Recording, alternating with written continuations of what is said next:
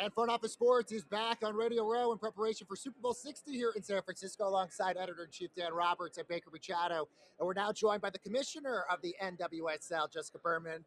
Commish, good to see you. How are you? Good to see you. Yeah, good to see you again. What a big year for you guys in the NWSL, and the big news, obviously, Trinity Rodman staying once again in this league. Let's talk about this rule that you guys sort of were able to sort of create to keep a big star like her within this league.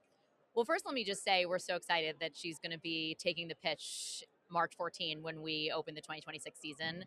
She's obviously incredibly dynamic, athletic, engaging off the pitch, and we're excited that she chose the NWSL. It's really important to us in our vision to be the best league in the world, to have the best players. So to have her in our league is incredibly exciting.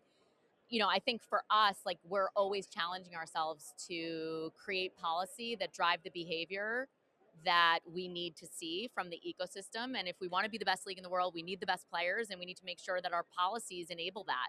We also need to make sure that we're investing our resources strategically. And so this is a rule that we were working on behind the scenes for years, to be clear. It got a lot of attention in the context of Trinity, of course, and we're glad that she was able to get the benefit of it. And the Washington Spirit were able to sign her by accessing this rule that we were tweaking and iterating on for a very long time. Look, there was a lot of concern. Would she go international? Would she go to another team in Washington? We're happy that she's staying with the NWSL, but look, the big part in this is the first athlete that's making $1 million, at least, if not more. Any insight to the specifics of the contract that she is going to be making that much money, and what's maybe the numbers on that? Yeah, well, I'm not going to share her specific salary, but I know. Sorry, not breaking news here today. But what I will say is that the rule was very intentionally constructed to create incentive alignment with our players. We know that the NWSL will continue to grow at the rate that it has, and we want it to continue to grow if star players are working with us to grow the ecosystem. That will enable us to pay all players more. And so she's just the start.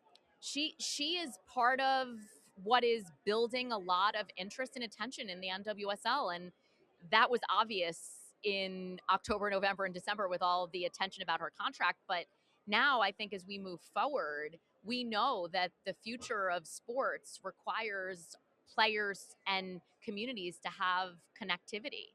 And the next generation of fans, like my kids who are 15 and 17, they care about individual players. They want to know their stories.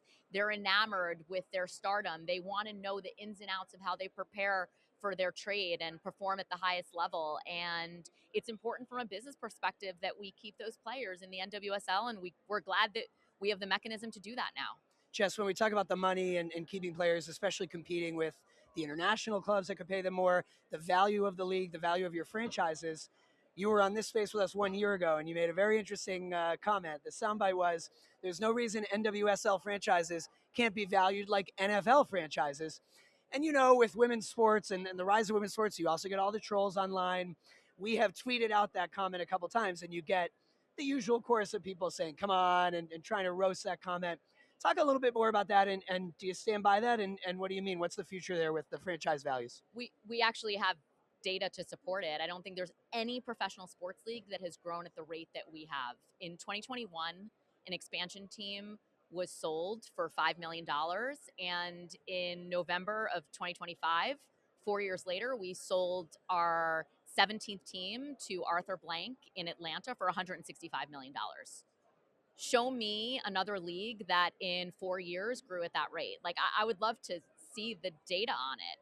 There's been unprecedented growth in the NWSL, and it's manifesting in the franchise valuations we're seeing across the league. And all of that is a proof point for our owners to continue to invest in all of the things that make our league the best league in the world. It's player compensation, it's training facilities, it's building stadiums. Not only do we have Kansas City with their first purpose-built stadium for women in the history of the world, but we have 2 more stadiums being built in Boston and Denver, where our team will be the lead tenant. And that is going to change the future of our sport, because we'll be able to actually have control over our schedule and over all of the revenue streams that every other team in professional sports is able to do primarily on the men's side. And which, by the way, I'm glad you mentioned Boston and Denver, the two new teams. He's Boston, I'm from Denver, so we're Is that true? Also Yes. true. Oh my God, So, you guys should be in obviously, their jerseys. Very excited for the summit. My we're family's gonna very send them excited to for you. that.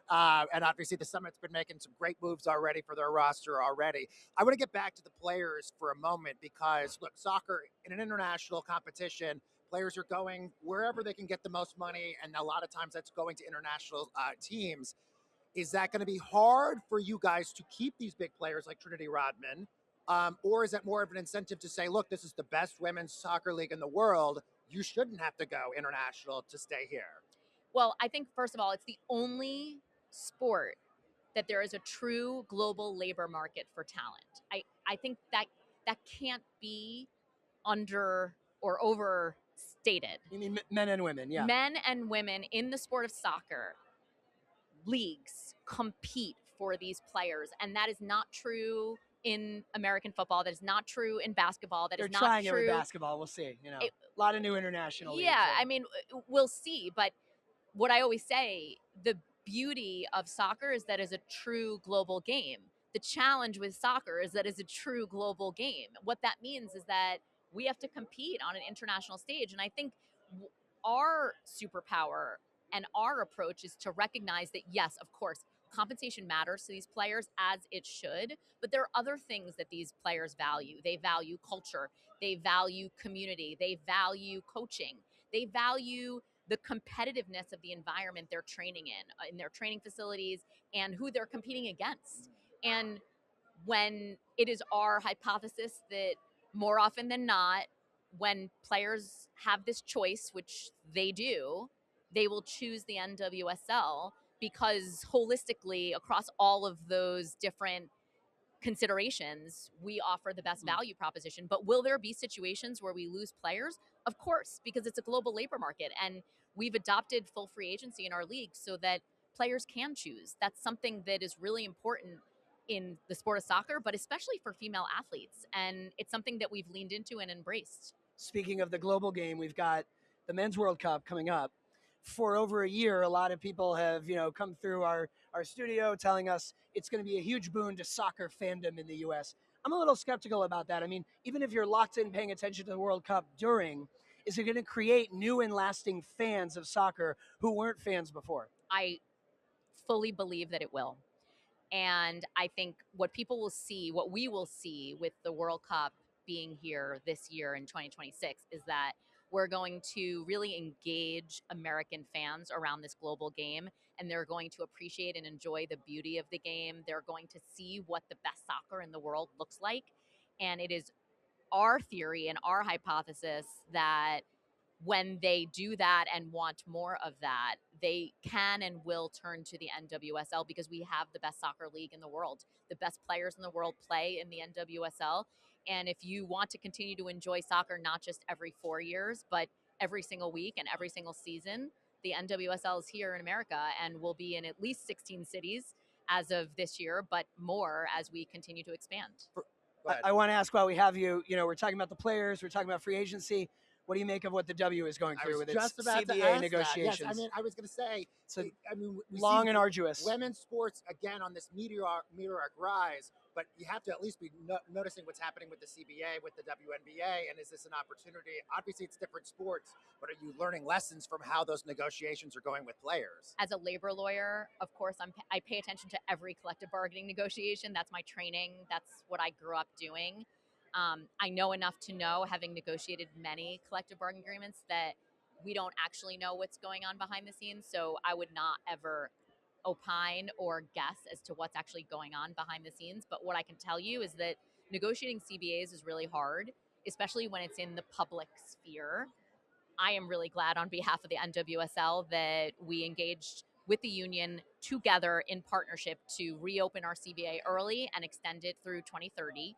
And so from our perspective, we have labor peace, and it allows us to really focus our attention on building the business and making sure we're doing all the things that are continue to drive fandom and growth on behalf of professional women's soccer in America. Last question I got for you. Again, Boston, Denver, we're very excited about this. Women centric soccer stadiums, which I think is, and stadiums in general, I think are incredible. And we see this with Kansas City and others as well. Is that now going to be a requirement for any new team in expansion now that you have a female centered stadium attached to it? No.